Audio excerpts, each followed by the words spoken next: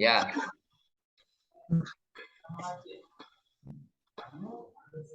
Oke, Assalamualaikum warahmatullahi wabarakatuh.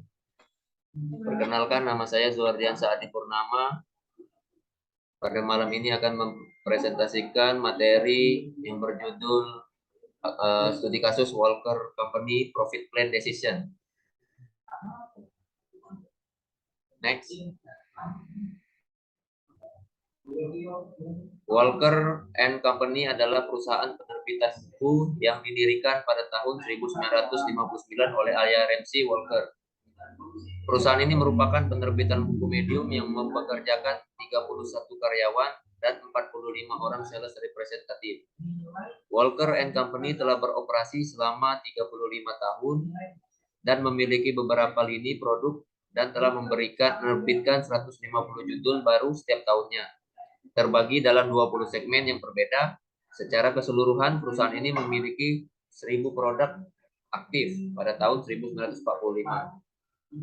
Perusahaan ini mendapatkan kesuksesan besar karena mereka mampu mempublikasikan sebuah buku yang berjudul Longitude dan menjadi international hits perusahaan tersebut.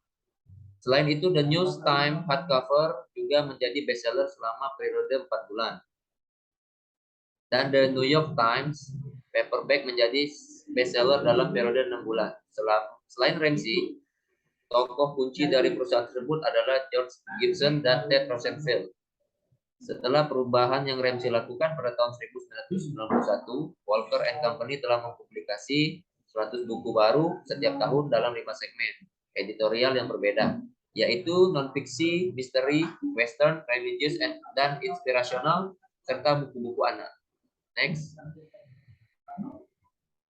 Saat menjadi presiden dan penerbit Walker and Company, Ramsey menghadapi berbagai masalah. Salah satunya adalah arus kas perusahaan yang semakin tergerus dan perusahaan kehilangan supplier utamanya, sebuah perusahaan percetakan. Walker and Company juga tidak mempunyai akses untuk menambah modal kerja dan semakin menambah beban perusahaan. Perusahaan tidak mengetahui di mana posisi bisnis mereka sekarang. Akibatnya, Ramsey menyusun dasar laporan laba rugi untuk setiap lini produk dengan menggunakan ini sebagai alasan untuk mengurangi 100-150 judul baru dalam setahun. Dengan adanya produk-produk baru yang lebih sedikit dapat mengurangi biaya overhead sebesar 20%. Next. Selanjutnya, Ramsey memindahkan kantor yang berlokasi di Fifth Avenue ke West Village, lalu menjual buku pada lini pendidikan dan berhenti mengembangkan buku referensi atau buku cetak. Ramsey juga merekrut George Gibson yang punya pengalaman dalam penerbitan untuk mengembangkan editorial, marketing, dan sales expertise perusahaannya. Pada tahun 1995, Walker and Company berhasil dengan sebuah buku yang berjudul Longitude dan masuk ke dalam daftar bestseller. Walaupun sukses dengan buku Longitude-nya, faktanya perusahaan mempunyai keuntungan yang sedikit dan arus kas perusahaan yang bernilai negatif. Ramsey merasa masih memerlukan strategi penerbitan yang baru untuk dapat sukses di masa depan. Menerbitkan buku-buku yang lebih sedikit dalam segmen yang lebih sedikit dan memfokuskan lebih banyak sumber daya pada diferensiasi buku-buku di pasaran. Next. Kelemahan terbesar Walker and Company adalah kurangnya analisa terhadap sistem pengendalian yang baik. Tidak ada target kerja yang jelas yang diatur dari atas atau top manajemen, dan tidak ada yang mengetahui hubungan antara laporan laba rugi, neraca, dan laporan arus kas. Ramsey mempertimbangkan untuk menggunakan return on asset sebagai critical performance variable perusahaan. Hal tersebut sebagai indikator untuk return on investment. Walker and Company menetapkan target ROA-nya pada tahun fiskal selanjutnya, yaitu pada tahun 1998 sebesar 10%. Meskipun perusahaan penerbit yang besar pada umumnya menargetkan ROA-nya sebesar 15%. Walker dan Company percaya bahwa bisnis dapat mencapai target ROA sebesar 10%. Selain itu, Ramsey menetapkan target arus kas dengan mengurangi modal kerja. Setelah perubahan yang dilakukan Ramsey pada tahun 1991, Walker and Company telah menerbitkan 100 buku di 5 segmen editorial yang berbeda, yaitu non-fiksi. Dalam 1 tahun, Walker menerbitkan 20 judul buku baru yang diberi hardcover dan paperback. Buku misteri, dalam setahun Walker menerbitkan 20-24 judul buku baru yang diberi hardcover. Buku asing, Walker menerbitkan 6-8 judul sejarah asing baru dalam 1 tahun dalam hardcover. Agama dan inspiratif, Walker menerbitkan 14 sampai 17 judul baru hanya dalam paperback. Buku anak, Walker menerbitkan 25 sampai 30 hardcover dan 5 sampai 8 paperback. Next. Permasalahan yang ada di perusahaan tersebut adalah tentang lengkapi rencana profit Ramsey Walker untuk lini buku anak-anak. Apakah asumsi dari Anda, manakah yang dari asumsi tersebut yang memiliki kritis terhadap analisis Anda? Dan review daftar ukuran kinerja finansial yang disajikan, ukuran atau kalkulasi atau apa yang harus Ramsey gunakan untuk mengatur bisnis tersebut. Bagaimana ukuran tersebut dikalkulasi? Berdasarkan analisa Anda, persiapkan agenda dari tindakan penting yang harus Ramsey diskusikan dengan George Gibson dan Ted Rosenfeld selama rapat mereka selanjutnya. Next. Untuk pembahasan analisis dari kasus kondisi yang dialami Walker Company, yang pertama, Walker Company merupakan perusahaan skala medium dengan total 76 karyawan. Perusahaan dengan skala ini mayoritas hanya berfokus pada salah satu segmen buku saja. Walker Company masih mencoba menguasai 5 segmen buku, meskipun segmen Western memiliki pasar yang sempit dan pesaing besar, hingga pada akhirnya Walker menghentikan produksi segmen ini. Walker Company dihadapkan dengan aliran kas yang buruk, kehilangan supplier, dan meningkatnya beban-beban. Kemudian Walker Company dihadapkan dengan tren pasar yang mengalami pergeseran, yaitu mulai tumbuhnya e-commerce, khususnya untuk buku, dan kondisi selera masyarakat yang sangat dinamis mengikuti apa yang tengah populer di Walker ingin memperbaiki kondisi keuangan dengan mencoba menyusun rencana kinerja untuk lini bisnis buku anak.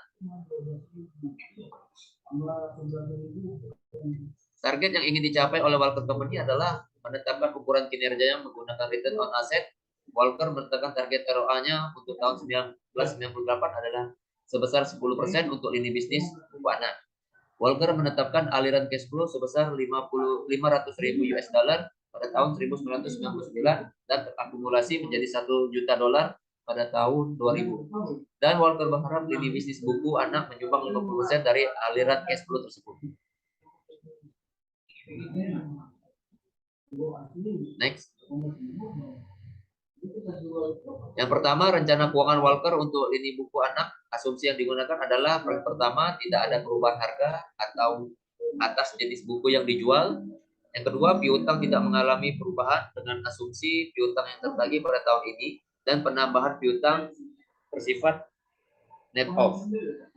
Berikut ini adalah gambaran dari informasi keuangan lini buku anak-anak untuk tahun yang berakhir 31 Mei 1998. Baik dari gambar, foto, hardcover and paperback, non fiksi, fiksi, backlist dengan total seperti yang grafik di bawah ini. Next. Berikut ini tampilan dari balance sheet pada tanggal 31 Mei 1998, di mana terlihat di sini free cash flow dari masing-masing jenis buku tersebut. Ada yang positif, ada yang negatif, dengan net income yang bervariasi, dengan ROA-nya ada yang 0,9 hingga yang tertinggi di angka 4%. Next. Analisa dari tabel tersebut, yang pertama, pengurangan pada lini buku berfoto bertujuan untuk menekan biaya yang terlalu besar pada tahun 97, karena dengan rasio biaya terhadap penjualan sebesar 60% menunjukkan belum maksimalnya penjualan buku ini. Dengan pengurangan dua buku ini diprediksi beban terhadap penjualan turun sebesar 10-15%. Yang kedua, penambahan lini buku non fiksi dikarenakan Walker telah berpengalaman dalam pembuatan buku non fiksi, seperti kesuksesan Longitude dengan penambahan jumlah judul baru diharapkan adanya peningkatan penjualan 20% sampai 25%. Yang ketiga, pengurangan lini buku hitam putih dikarenakan adanya perubahan tren pasar buku anak-anak, di mana menjelang tahun 2000 anak-anak lebih menyukai tema buku berwarna. Berkaitan dengan teknologi modern, buku hitam putih dirasa kurang sesuai untuk pasar anak-anak di masa kini. Pengurangan ini diharapkan menurunkan biaya lini sebesar 20% dan menurunkan penjualan sebesar 2%. Yang keempat, pengurangan jumlah buku yang dicetak diprediksi dapat mengurangi tingkat persediaan sebesar 5% dari tahun yang sebelumnya. Dengan proyeksi laba ini diprediksi tingkat kemampuan membayar utang akan lebih tinggi dan menurunkan tingkat utang sebesar 5% dari tahun sebelumnya. Yang keenam, COGS dan royalti menggunakan tarif rata-rata berdasarkan kinerja tahun lalu, yaitu masing-masing 35% dan 15%. Next.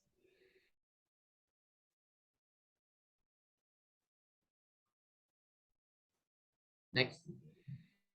Yang kemudian, perhitungan mana yang harus diperhatikan oleh revisi?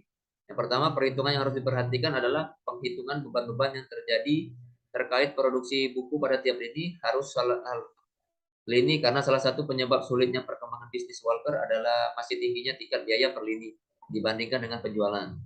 Walker seharusnya melakukan analisis perbandingan apakah semua proses produksi hingga penjualan harus dikerjakan oleh perusahaan secara keseluruhan. Kemudian melakukan analisis biaya perbandingan jika proses produk aktivitas tersebut akan lebih murah jika diserahkan atau didapatkan pihak ketiga atau dikerjakan sendiri.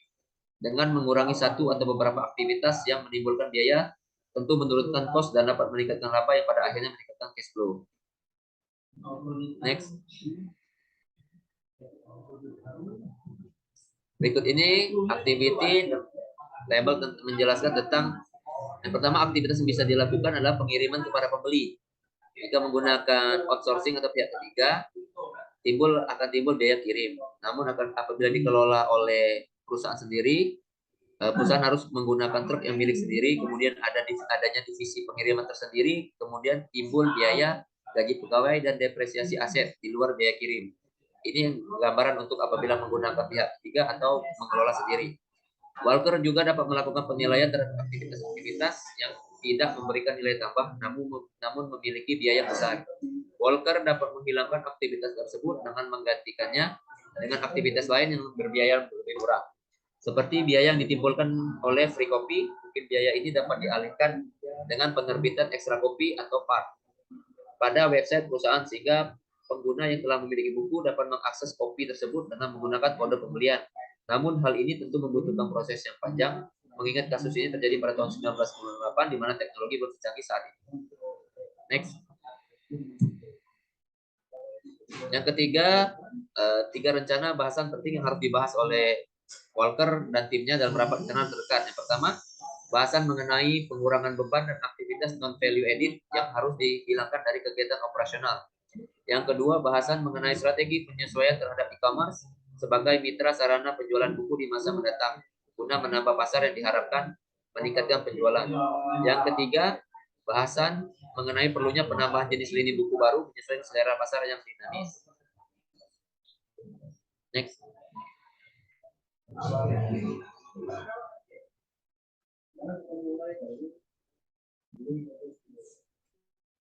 Kesimpulan, dapat disimpulkan bahwa yang dilakukan oleh Walker & Company berdasarkan analisis di atas untuk profit fan agar mencapai target perusahaan sebagai berikut. Meningkatkan penjualan untuk mencapai profit dengan cara meningkatkan pemasaran, kemudian mengurangi produksi untuk lini buku yang kurang produktif, baik di penjualan yang rendah maupun beban yang terlalu tinggi dengan cara melakukan penilaian selera pasar.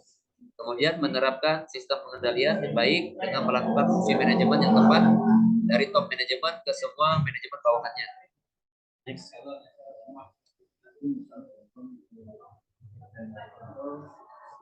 Berikut rekomendasi yang bisa dilakukan untuk Walker & Company.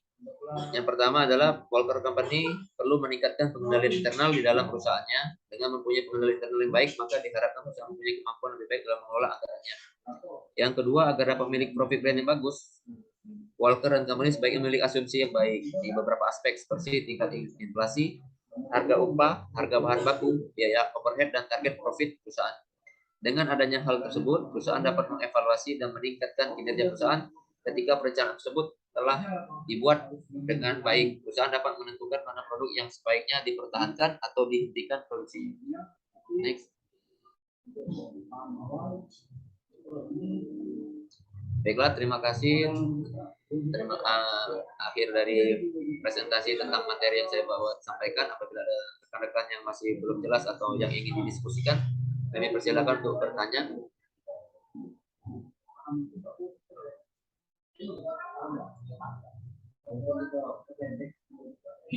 Yang mau bertanya kami persilakan.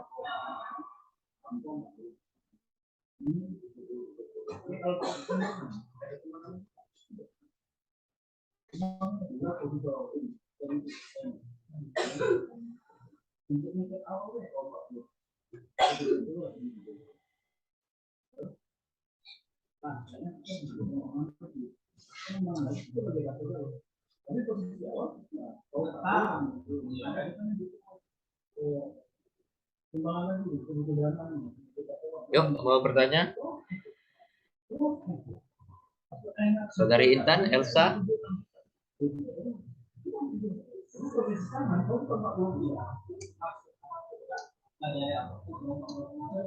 Mbak Nurul atau Mbak Salsa, boleh?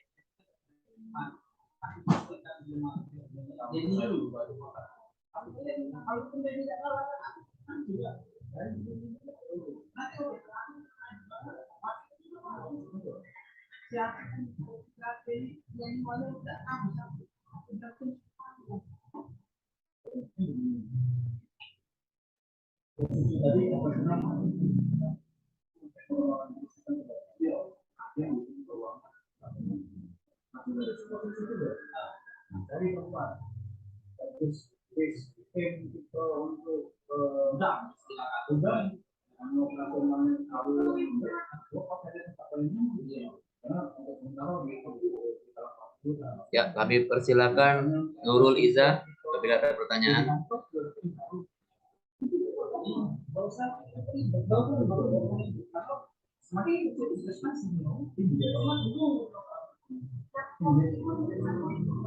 Belum ada suaranya, Zak.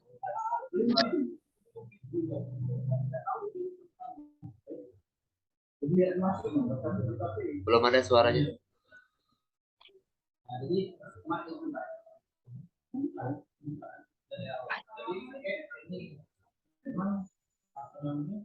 Belum ada, Zak. Nurul.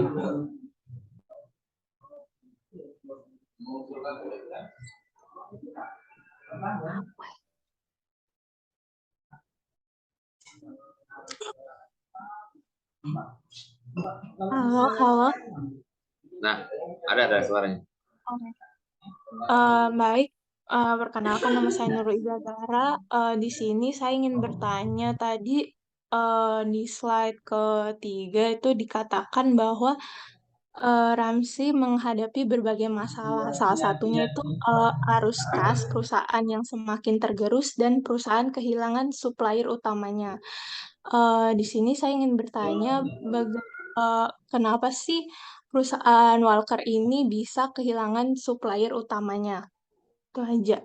Terima kasih. Baiklah, terima kasih pertanyaannya, Saudara Nurul.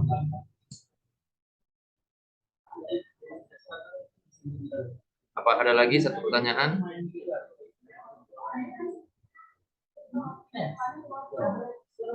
Oke, persilakan.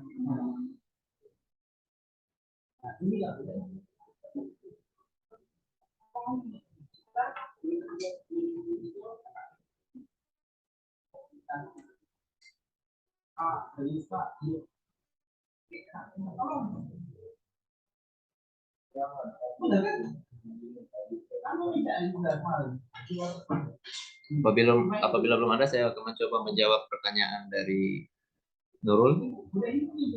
Yang pertanyaan tadi, kenapa Ramsi bisa kehilangan supplier percetakannya ya? Nah, dilihat dari problem yang terjadi di Walker and Company, di situ mereka mengalami arus kas yang negatif. Jadi sehingga supplier mungkin mereka tidak bisa terbayar dengan tepat waktu. Jadi kerjasama antara Walker and Company ini dihentikan oleh pihak supplier yang selama ini menyuplai produksi buku-buku mereka. Diakibatkan karena problem internal yang terjadi di Walker Company seperti arus kas dan beban yang terlalu tinggi, sehingga mereka tidak bisa membayar kewajiban mereka kepada supplier mereka yang menjadi supplier inti dari perusahaan mereka. Mungkin itu, Nurul, alasannya. Apa ada yang lagi ingin ditambahkan, Nurul? Baik, terima kasih atas jawabannya. Sudah cukup jelas. Baiklah, terima kasih Nurul. Untuk teman-teman, oke, Saudari Intan kami persilakan untuk pertanyaannya. Assalamualaikum warahmatullahi wabarakatuh. Waalaikumsalam warahmatullahi wabarakatuh. Ingin bertanya sedikit mengenai kasus yang sudah dipaparkan oleh Kak Adin tadi. Tadi kan Kak Adin udah jelasin kalau misalnya di corporate itu ada beberapa kelemahan. Ingin saya tanyakan, kan setiap corporate itu kan pasti selalu setiap itu kan ada kelemahannya. Mengapa corporate tersebut ada kelemahan? Apakah sebetulnya itu corporate tersebut tidak mengevaluasi hal-hal atau resiko-resiko yang akan terjadi untuk periode selanjutnya bukan suatu kelemahan tersebut. Menurut ini Kak Adin aja. Terima kasih. Assalamualaikum warahmatullahi wabarakatuh. Waalaikumsalam. Mohon maaf Intan, tadi suaranya agak kurang jelas. Apa bisa diulang Intan pertanyaan atau bisa di chat box saja? Kan perusahaan itu kan setiap tahun itu kan melakukan evaluasi. Sedangkan di corporate tadi kan ada kelemahan yang muncul. Apakah pada saat periode sebelumnya perusahaan tersebut tidak melakukan evaluasi resiko-resiko yang terjadi, sehingga pada periode selanjutnya itu muncul kelemahan-kelemahan yang telah dijelaskan oleh saudara Adin tadi. Terima kasih. Ya. Baiklah, terima kasih. Tadi pertanyaan sekitar tentang kelemahan dari perusahaan tersebut ya. Kami minta waktu sebentar untuk mencari jawabannya.